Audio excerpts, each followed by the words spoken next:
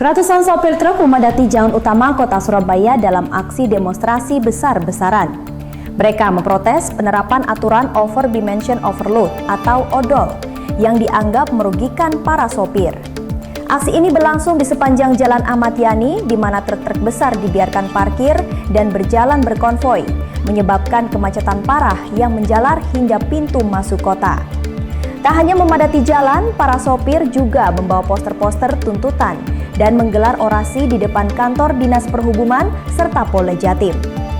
Suasana makin riuh ketika beberapa truk mengangkut sound system horeg dengan volume tinggi yang mengganggu pengendara lain. Aksi ini menandakan kemarahan para sopir terhadap kebijakan yang mereka nilai tidak adil. Ketua Gerakan Sopir Jawa Timur, Angga Firdiansah, menyebut bahwa undang-undang yang ada seharusnya hanya mengatur perubahan fisik kendaraan, bukan odol. Sementara itu, sopir lain juga mengeluhkan tidak adanya regulasi tarif yang melindungi mereka dari tekanan pengusaha ekspedisi. Akibatnya, Jalan Ahmad Yani lumpuh total, menjadi saksi dari perlawanan para sopir terhadap sistem yang mereka anggap timpang. Untuk operasi odol dihentikan dulu. Kenapa itu, Mas? Ya, karena pemerintah sebenarnya belum siap. Karena pemerintah harus memberikan kebijakan perihal menurunkan regulasi tarif. Berarti ada penyewaan tarif atau gimana tuntutannya? Iya, karena untuk tarif selama ini di teman-teman logistik itu tidak ada yang kontrol. Itu hanya terjadi antara kesepakatan pemilik barang dan teman-teman sopir. Nah, disitulah yang menimbulkan kerancuan. Sedangkan teman-teman melanggar odol tersebut memenuhi kebutuhan industri dan kebutuhan pasar. Jadi mereka terpaksa. Karena kalau mereka tidak membuat odol, tidak dapat muatan gitu, Mas. Selama ini muatannya memang kalau melebihi kapasitas dari pabrik atau dari gimana? Iya, kita mengikuti penyewa gitu, dari penyedia barang gitu, Mbak. Karena kalau nggak kita ambil yang nggak dapat muatan, yang lainnya mau. Terus selama ini di jalan ya muatan itu dibebankan Apa? muatan itu dibebankan kepada siapa? Sopir. Karena semua aturan itu banyak teman-teman sopir.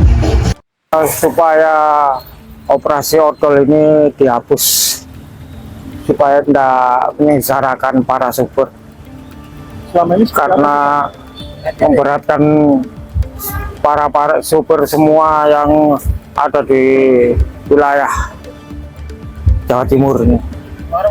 Yang dikeluhkan, Pak? Yang dikeluhkan para sopir apa ini, Pak? Ya? Yang dikeluhkan para sopir ini apa?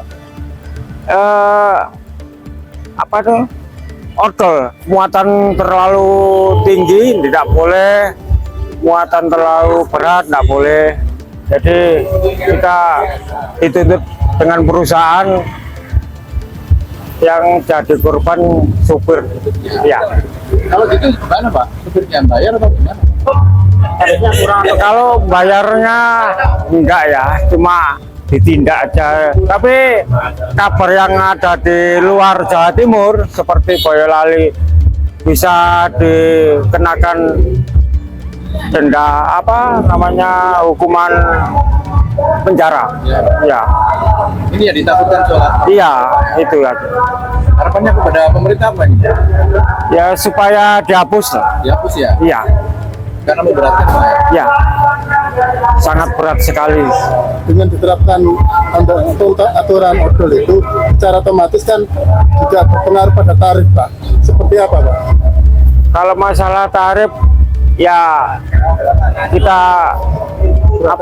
keberatan masalahnya. Kalau kita ndak muat berat atau lebih, kita ndak ada sisanya, ndak ada untungnya.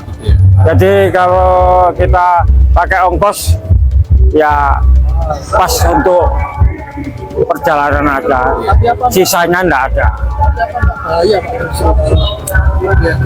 Sebenarnya bahaya karena tuntutan dari perusahaan atau pos atau ekspedisi ya, kita ndak bisa apa-apa.